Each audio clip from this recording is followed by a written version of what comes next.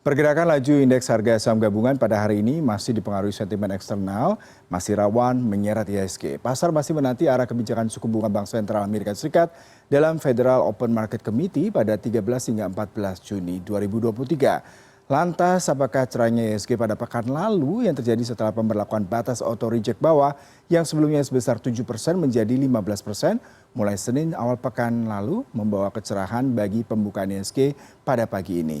Sudah bersama saya melalui sambungan virtual Hans Kueh, praktisi pasar modal. Selamat pagi Pak Hans. Ya, selamat pagi Pak.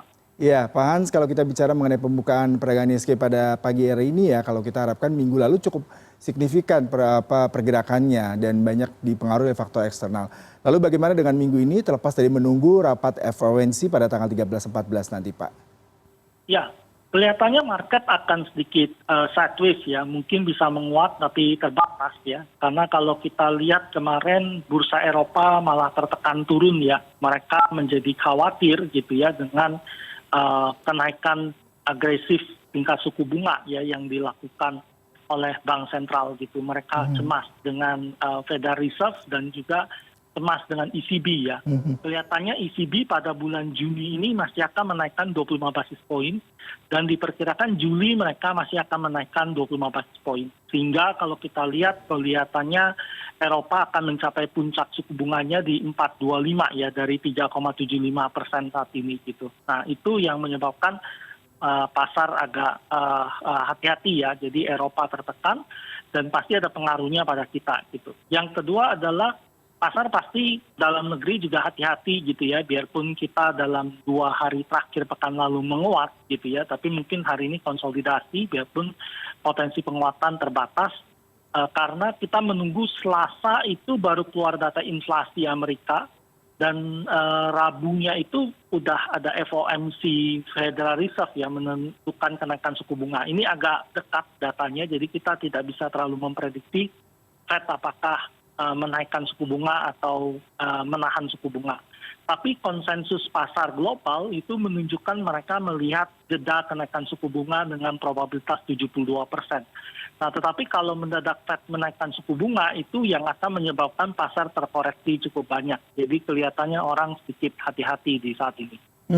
Pak, tadi yang menarik adalah mengenai Eropa ya, beberapa hal yang menarik terkait dengan kemungkinan resesi Uni Eropa. Kalau kita melihat bahwasanya Uni Eropa itu memberikan kontribusi 1/6 produk domestik bruto global, Pak, sebesar 16,6 triliun US dollar. Apakah ini secara signifikan akan berpengaruh selain tadi ada FOMC juga, kemudian data inflasi Amerika dalam pekan ini, Pak? Ya, Eropa menarik ya, mereka baru merevisi turun pertumbuhan ekonomi mereka ya, jadi minus 0,1. Jadi secara teknis Eropa itu udah masuk ke periode resesi. Nah, dalam periode inflasi tinggi gitu ya, resesi ini malah baik gitu ya bagi mereka gitu. Artinya kenaikan suku bunga yang dilakukan secara agresif memang tujuannya untuk menekan ekonomi menjadi resesi. Kalau ekonomi menjadi resesi, daya beli berkurang gitu ya, ini akan menyebabkan inflasi mereka turun. Nah, ini udah terbukti ya, Oktober itu inflasinya 10,6, April itu 7%, saat ini di bulan Mei itu 6,1 ya, memang bulan Juni belum ada datanya ya, karena baru berjalan 2 pekan gitu ya, 6,1 inflasinya, jadi turun akibat resesi tadi. Memang employment rate-nya ini turun ya, 6,7 turun ke 6,5.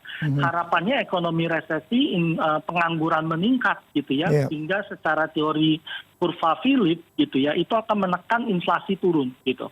Sehingga revisi turun daripada revisi turun dari GDP dari Eropa ini ternyata positif bagi pasar keuangan global, termasuk ke pasar Indonesia. Tetapi kalau kita lihat secara umum gitu ya, bahwa krisis yang terjadi, resesi yang terjadi Eropa, biasanya nggak besar pengaruhnya pada pasar saham Indonesia. Itu terbukti waktu itu ada krisis Yunani ya, 2013, 2015 gitu ya, waktu itu mereka ada surplus, ada beberapa negara lagi di situ ya, mengalami krisis surat hutang ya. Tapi itu pengaruhnya ke IHSG kita kecil gitu ya. Nah, tetapi kalau kita lihat secara makroekonomi pasti ada pengaruh gitu ya. Karena kalau Eropa krisis, gitu ya, harga komoditas pasti tertekan. Memang Eropa ini bukan tujuan ekspor utama Indonesia gitu, tapi transmisinya itu datang dari Eropa melambat, Amerika melambat, Tiongkok melambat. Nah, kalau Tiongkok melambat itu pasti pengaruh pada kita gitu. Jadi transmisinya lebih ke harga komoditas, di mana komoditas ini merupakan industri yang jadi andalan di Indonesia ya, dan ini pasti mempengaruhi surplus perdagangan Indonesia dan mempengaruhi nilai tukar kita. Pak, kalau mengenai rapat FOMC memang diyakini tidak akan lagi menaikkan suku bunga, tapi Gubernur Bank Indonesia Peri Warjio sudah menyiapkan sejumlah jurus itu ya apabila nanti rupiah juga terdepresi karena suku bunga menaik lagi. Yang menarik adalah mengenai triple intervention, kemudian juga mengenai suku bunga SBN tenor jangka pendek untuk menaikkan imbal hasil. Apakah Bapak melihat ini salah satu langkah strategis apabila memang the worst case-nya FOMC akan memutuskan kembali menaikkan suku bunga, Pak? Dan itu pasti berpengaruh ya terhadap sektor likuiditas dan perbankan di Indonesia. Ya, sebenarnya kemarin angka pengangguran Amerika itu meningkat ya ke 3,7 ya. Jadi kalau kita lihat sebenarnya biarpun waktu itu non-farm payroll-nya meningkat gitu ya, tapi kita lihat terjadi peningkatan angka pengangguran ya, naik ke 3,7 gitu. Nah, ini ada indikasi yang cukup menarik gitu ya, bahwa sebenarnya non-farm payroll meningkat, berarti permintaan tenaga kerja meningkat, tapi orang yang masuk ke pasar tenaga kerja meningkat dengan banyak ya. Nah, ini akan mengurangi gangguan pada pasar tenaga kerja, sehingga pasar tenaga kerja tidak terlalu ketat, sehingga kenaikan upah terbatas di sana. Nah, ini merupakan indikasi awal bahwa inflasi Amerika akan bergerak turun ke bawah gitu. Nah, posisi data ini dengan tambahan unemployment rate kemarin yang meningkat naik gitu ya di atas ekspektasi, menunjukkan kemungkinan besar pada edisi kali ini Juni, the Federal Reserve kemungkinan akan menahan suku bunga mereka gitu. Nah, kelihatannya probabilitas kenaikan ada di bulan Juli itu posisinya. Nah, yang perlu BI lakukan memang adalah menjaga nilai tukar rupiah kita. Tapi sejauh ini kalau kita lihat inflation rate kita turun ke 4%. Nah, jadi kalau kita lihat masalah kita adalah nilai tukar aja. Tapi dengan likuiditas yang sangat longgar di global dan masalah-masalah yang dihadapi Amerika, kita nggak melihat adanya capital outflow yang terjadi di pasar Indonesia ya. Jadi seharusnya BI tidak perlu menaikkan suku bunga acuan kita, dan memang harus memainkan instrumen-instrumen yang ada ya untuk menjaga nilai tukar kita. Ya, menarik sekali ketika Anda mengatakan mengenai capital outflow dan terbukti ternyata tidak terlalu signifikan ya Pak, karena capital inflow kita cukup baik dalam perdagangan pekan lalu. Kemudian juga kita bicara mengenai revisi proyeksi pertumbuhan ekonomi Indonesia 4,8% menjadi 4,9%. Apakah ini semua sentimen positif yang bisa mendrive secara internal dari perdagangan selama sepekan ini, Pak? Ya, itu global ya, yang World Bank, IMF, dan yang lain-lain itu memprediksi Indonesia cuma tumbuh 48-49, biarpun mereka merevisi naik ke atas gitu ya. Tapi di dalam negeri prediksi kita kan 5% lebih gitu ya. Jadi sepertinya Indonesia masih akan tumbuh 5% gitu ya. Dan kita termasuk negara yang hampir tidak terpengaruh besar oleh keadaan global ya. Pertama, kita tidak mengalami ancaman inflation yang tinggi. Biarpun sempat inflasi kita naik ya. Indonesia sempat inflasi kita naik. Tapi waktu itu inflasi kita itu naik karena ada kenaikan harga BBM subsidi gitu. Tapi sesudah itu inflasi kita turun terus dan sekarang udah masuk 4%. Kalau kita lihat prediksi pemerintah untuk tahun depan, inflation mungkin 2,51 ya. Jadi kalau kita lihat ini ya di range bawah dari inflasi yang ditargetkan oleh BI gitu ya. Jadi kalau kita lihat ekonomi Indonesia sangat terkendali gitu ya, dan harusnya kalau terjadi goncangan gitu ya, itu dana memang bergerak masuk ke kita.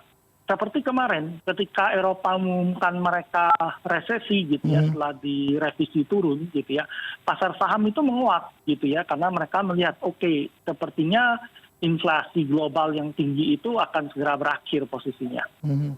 Ya, Pak, kalau kita bicara mengenai auto rejection pada pekan lalu ya, dimulai tanggal 5 Juni, itu sudah berjalan satu pekan. Lalu bagaimana Anda mengevaluasinya terkait dengan hal ini? Terutama kalau kita bicara mengenai perdagangan bursa kita sendiri, Pak. Ya, ketika pasar bergerak normal, sebenarnya auto rejection itu harus dikembalikan simetris gitu ya, naik dan turun harus simetris gitu.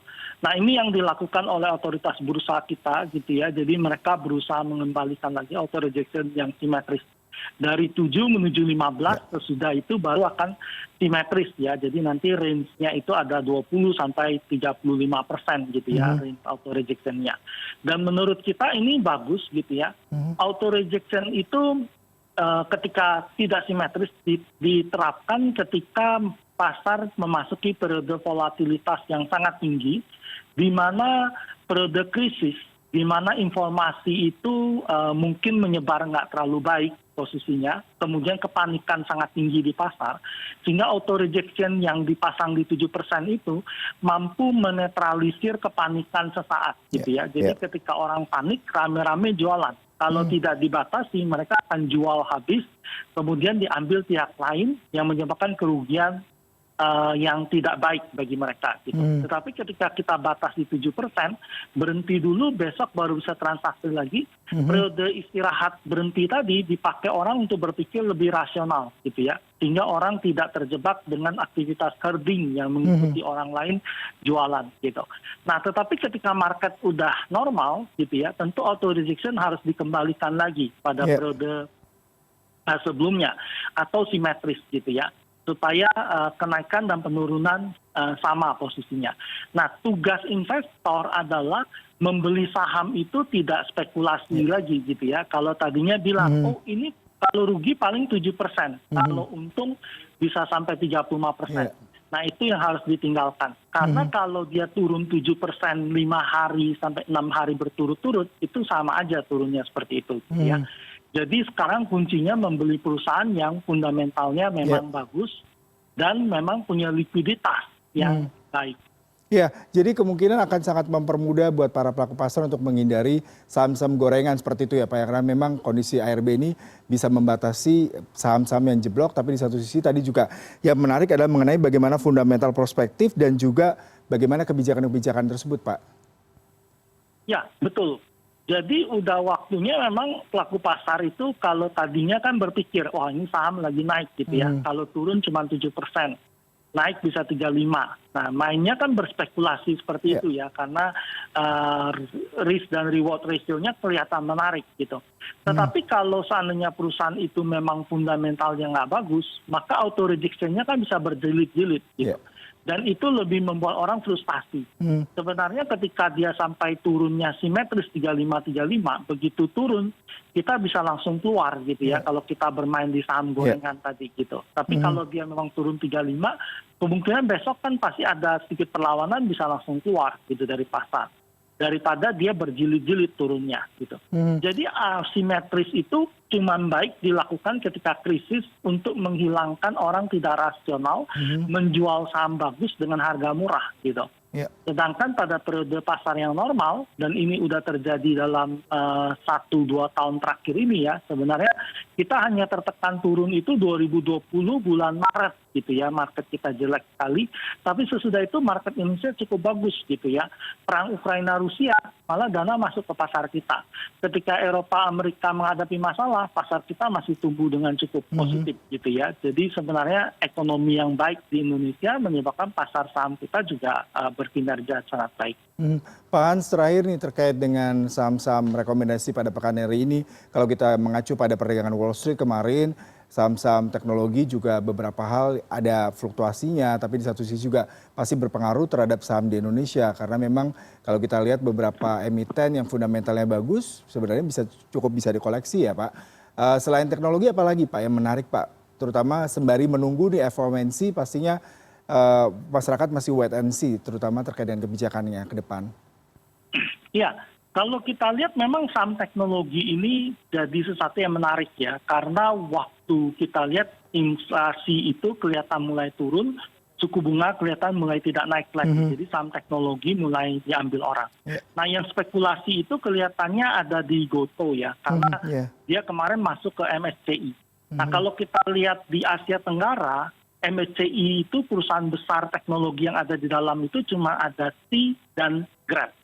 begitu Gotoh masuk, mau tidak mau, itu pada fund manager itu harus memindahkan alokasi dari Grab dan C pindah ke Gotoh. Kalau kita lihat kinerjanya, Gotoh tentu lebih bagus daripada Grab posisinya saat ini. Jadi ini yang menyebabkan Gotoh itu pelan-pelan pasti ada dana yang masuk ke dalam itu gitu ya posisinya. Nah untuk saham di luar itu kita masih rekomendasi seperti Bank Mandiri gitu ya. Kita bisa beli di 5.000 sampai 5.125 ya. Cut loss memang di bawah 49, target kita 53 sampai 5450. Bank Mandiri ini cukup menarik ya, mulai menguat. Apalagi bank itu rata-rata sideways, menurut kita pada periode bunga yang tinggi, bank ini masih menarik gitu. Kemudian saham lain yang saya rekomendasikan INTP gitu ya. Ini memang sideways tapi kelihatan di dekat support. Jadi kita mau rekomendasi beli di 9450 sampai 9675. Cut loss di bawah 92, target kita 10.050 sampai 10.300. Baik Pak Hans, terima kasih untuk perbincangannya pada pagi hari ini. Semoga perdagangan sepanjang hari ini cukup baik karena memang secara internal tidak terlalu banyak sentimen negatif yang mempengaruhi pasar sembari menunggu data inflasi Amerika Serikat dan juga kebijakan FOMC yang akan digelar pada tanggal 13 Juni mendatang. Terima kasih untuk waktunya pagi ini Pak.